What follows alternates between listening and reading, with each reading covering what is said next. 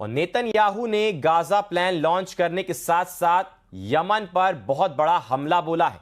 Israel ने 15 minute के अंदर 30 एयर स्ट्राइक की और अब नेतन्याहू ने ऐलान किया है कि जो इजराइल से टकराएगा वो मिट्टी में मिल जाएगा। लेकिन ईरान की तरफ से आई एक वार्निंग ने तेल अवीव तक सब कुछ तनाव फैला दिया है। देखिए खास report. The Air Force struck strategic targets in Yemen again today. It attacked the presidential palace in the heart of the capital, Sana'a, the city's power station.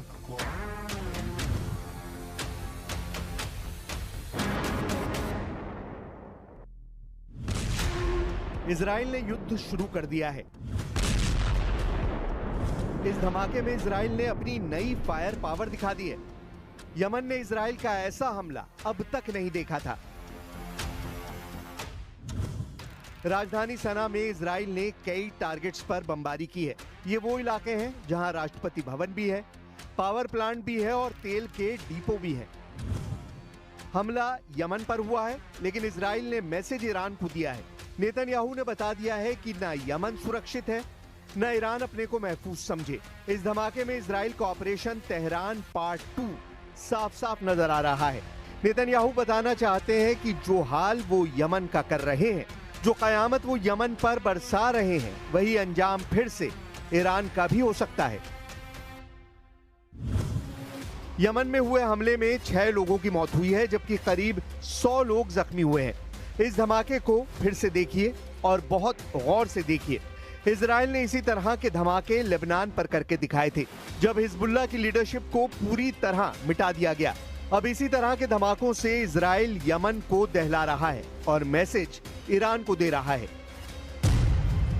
Israel ने यमन पर 15 मिनट के अंदर 30 एयर स्ट्राइक की हैं, यानी हर 30 second पर Israel का एक बंकर बस्टर बम राजधानी सना पर गिरा है।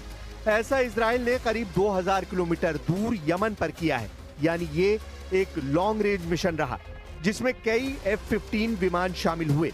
सवाल है कि क्या यमन के बाद इजराइल अब ईरान पर सबसे बड़ा हमला करने की तैयारी कर रहा है? ऐसा अटैक जो 13 जून को तेहरान समेत ईरान के कई शहरों पर हुआ था। מטרות אסטרטגיות בתימן, תקף את ארמון הנשיאות בלב הבירת סנה, את תחנת הכוח של העיר, מכלי הדלק שהם מספקים אותה. משטר הטרור החותי לומד בדרך הקשה שהוא ישלם ומשלם। लेकिन यमन पर हुए हमले के बाद एक बार फिर ईरान ने हूती विद्रोहियों के साथ खड़े होने का ऐलान कर दिया है। ईरान के सर्वोच्च नेता अली खामनेई ने कहा कि यमन के बहादुर जो भी कह रहे हैं वो सही है और गाजा में तबाही मचाने के लिए इजराइल को सख्त से सख्त सजा मिलनी चाहिए।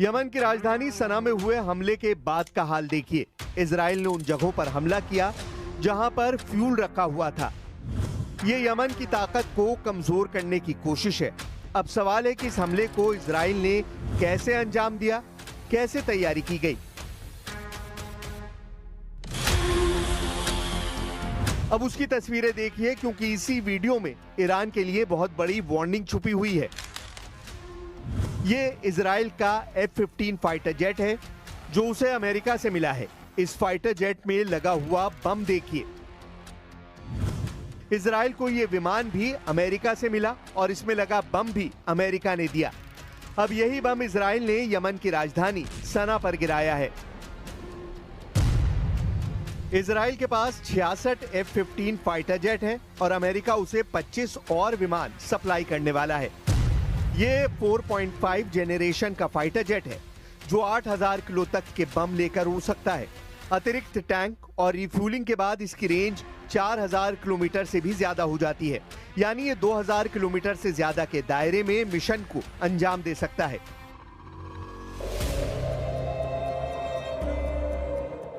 यमन पर इजराइल के हमले की वजह ये तस्वीरें हैं।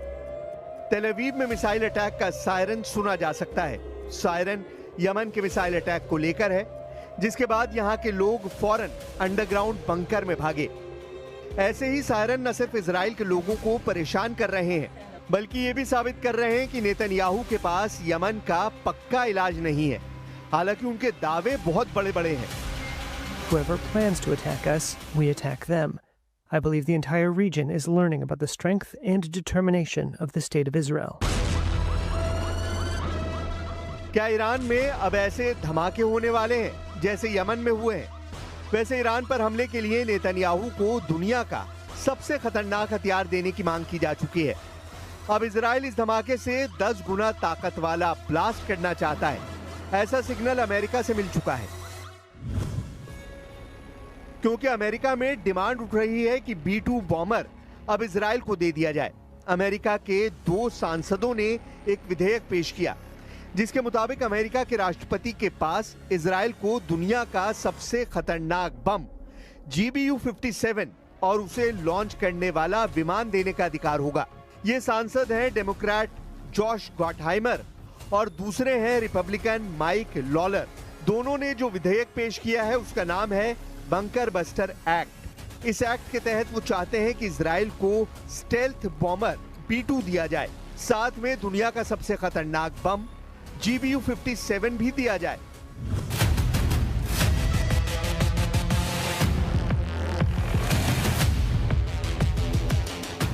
ताकि ईरान का परमाणु कार्यक्रम फिर से एक्टिवेट होता है तो इजराइल अमेरिका का इंतजार ना करे और खुद ईरान पर अमेरिका से मिली ताकत के बल पर टूट पड़े। यानी जहाज अमेरिका का होगा और टेक ऑफ इजराइल के एयरबेस से करेगा और यहीं से उड़कर वो ईरान में कोहराम मचाएगा। मकसद साफ है, ऐसे धमाकों से 10 गुना ज्यादा तबाही मचाने की ताकत इजराइल को मिल सकती है। अमेरिका ने 22 जून को ईरान की फोर्दो परमाणु साइट पर B-2 बॉम्बर से हमला किया था। इस दौरान स्टेल्थ बॉम्बर B-2 से फोर्दो परमाणु अड्डे पर GBU-57 बम से वार किया गया। अमेरिका ने दावा किया कि उसके पास इस बम ने 300 मीटर की गहराई में जाकर फोर्दो परमाणु साइट को पूरी तरह खत्म कर दिया। इस स्ट्राइक में फोर्दो पर 14 बम गिराए गए, यानी अमेरिका ने 7 B-2 बम वर्षक इस मिशन में शामिल किए। लेकिन 12 दिन के युद्ध का नतीजा ना तो इजराइल के पक्ष में आया और ना ही ईरान के पक्ष में। 12 दिन की लड़ाई के बाद ईरान पर इजराइल के हमले बंद हुए और इसी तरह इजराइल के शहरों पर ईरान की मिसाइलों की बारिश भी बंद हो गई। और फिर यह सवाल उठने लगा कि क्या वाकई ईरान के परमाणु ठिकानों पर अमेरिका और इजराइल का जॉइंट ऑपरेशन कामयाब रहा। लेकिन अब यही बात बंकर बस्टर एक्ट में दोहराई जा रही है। डेमोक्रेट जॉश गॉटहाइमर और रिपब्लिकन माइक लॉलर दोनों सांसदों ने कहा कि बंकर बस्टर एक्ट से इजराइल किसी भी वक्त ईरान पर सबसे खतरनाक हमलों के लिए तैयार रहेगा और इससे अमेरिका की सुरक्षा भी मजबूत होगी। हालांकि बंकर बस्टर एक्ट जैसा विधेयक पहले 2022 और 2024 में भी लाया गया था ताकि इजराइल को अमेरिका की बंकर बस्टर और स्टेल्थ बॉम्बर वाली ताकत दी जा सके, लेकिन दोनों ही मौकों पर यह विधेयक कामयाब नहीं हो पाया। ईरान पर हुए हमलों के बारे में इजराइल के एक पायलट ने बताया है, लेकिन इस शर्त पर कि वो अपना चेहरा नहीं दिखाएगा।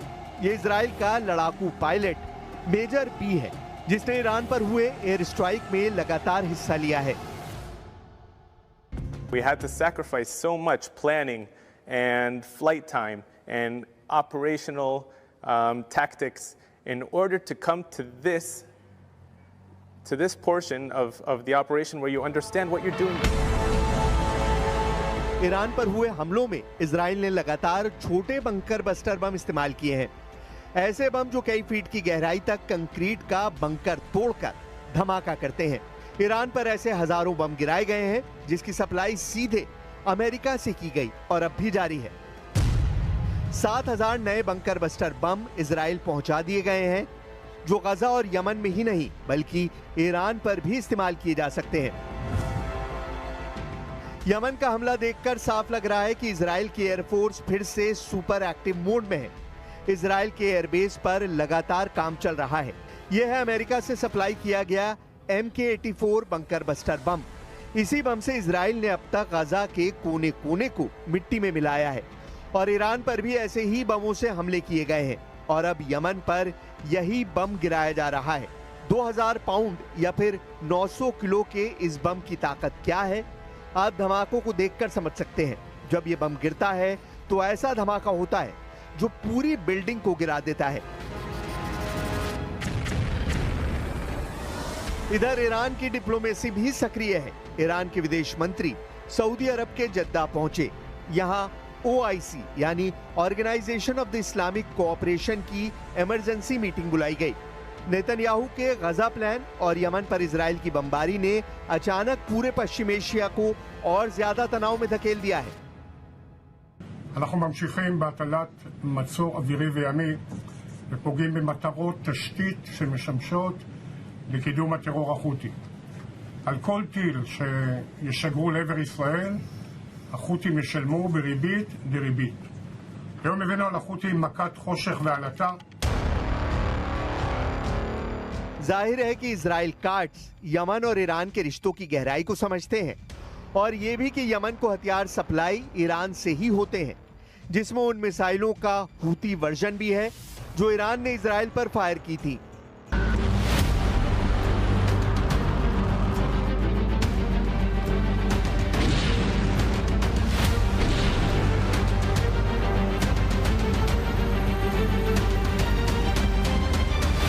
इजराइल पर ईरान की जितनी मिसाइल गिरी, ऐसे हर धमाके ने इजराइल के मिसाइल डिफेंस सिस्टम का पुर्जा ढीला कर दिया। तेल अवीव से लेकर हाइफा और अशदोद से लेकर बेन गुरियन हवाई अड्डे तक हर मिसाइल हमले ने नेतन्याहू को ईरान पर नया प्लान बनाने के लिए मजबूर कर दिया है। यही वजह है कि नेतन्याहू ने ईरान को घेरने के लिए अब नई तिगड़म लगाई है। नेतन्याहू ने कहा है कि ईरान के मिसाइल कार्यक्रम पर रोक लगनी चाहिए और उसे 480 किलोमीटर से ज्यादा रेंज की मिसाइल नहीं बनाने दी जाए। मतलब साफ है कि नेतन्याहू ईरान की उन मिसाइलों से घबरा गए हैं जो 1500 किलोमीटर या उससे ज्यादा रेंज रखती हैं, क्योंकि ईरान और इजराइल की दूरी भी 1500 से 1800 किलोमीटर की रेंज में है। यही वजह है कि नेतन्याहू चाहते हैं कि ईरान के पास 480 किलोमीटर की रेंज वाली मिसाइल हो ताकि वो इजराइल तक ना पहुंच पाएं। अब ईरान के तेवर बता रहे हैं कि उसकी मिसाइल फिर तैयार है और ईरान पर हमला हुआ तो फिर दहलेगा तेल अवीव और हाइफा। ये वार्निंग ईरान से लगातार आ रही है। ईरान के बड़े बड़े जनरल लगातार इजराइल को वार्निंग दे रहे हैं। ईरान के मेजर जनरल याहिया रहीम सफवी, जो सर्वोच्च नेता अली खामनेई के सलाहकार भी हैं, उनका दावा है कि ईरान के पास हजारों मिसाइल और ड्रोन हैं जो खुफिया ठिकानों पर रखे गए हैं और अगर ईरान पर युद्ध हुआ तो उनका इस्तेमाल किया जाएगा। कह सकते हैं कि ये वार्निंग सीधा अली खामनेई की तरफ से आई है।